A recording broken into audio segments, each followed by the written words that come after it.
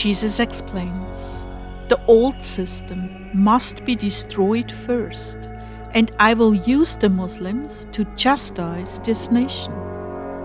October 24th, 2024. Words from Jesus through Sister Clare, spoken by Jackie. Clare began, "O Lord, you've been so good to me. Thank you for drawing me to your side. Wow." Jesus answered, "I love to draw you to my side, where I can enjoy your love for me and I can infuse you with power to handle all the difficulties of this life. May I say, it won't be much longer now." Beloved Heartdwellers, nobody needs to tell you that we are living in perilous times. Our president, Trump, barely missed death by a great stroke of providential mercy. And by the way, please do not confuse what is written in Revelation 13 about the antichrist's head wound. President Trump did not receive a mortal wound, which is what will help to identify the antichrist. How do I take that, Jesus?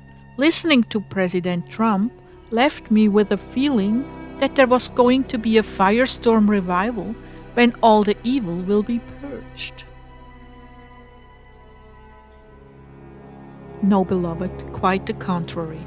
This is all part of the pruning and reconstruction process.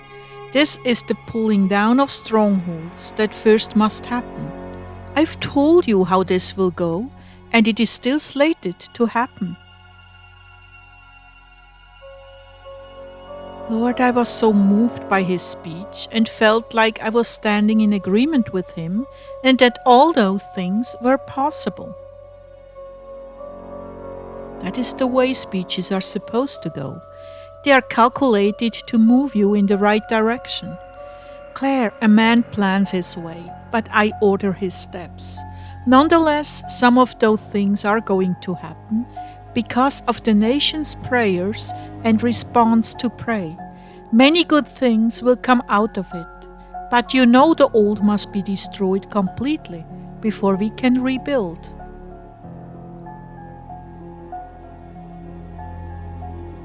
The state of corruption of this world is reflected in the magma that is moving from one place to another and spewing out. It's as if the earth is trying to eject evil. Even the animals are responding violently. The decay is so widespread, it's like decaying bones and rotten teeth. There is no fix for that.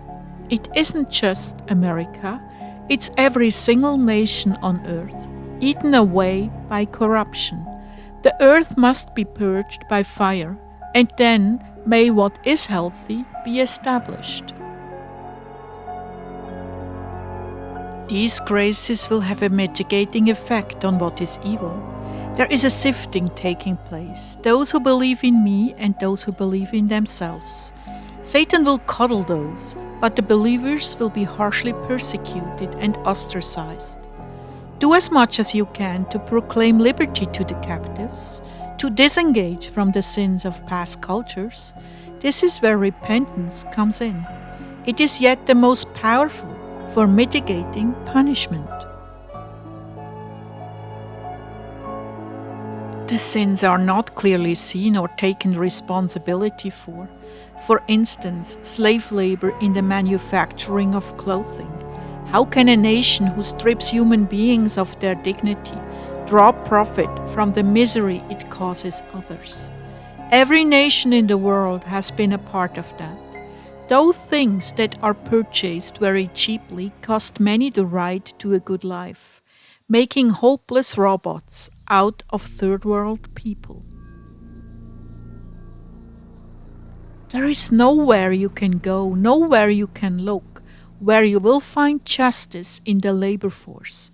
Greed has corrupted and eroded human dignity everywhere, making it possible for militant armies to spring up from the grassroots of a corrupted nation. America is hated for its exploitation of poor countries, thus adding to the oppression.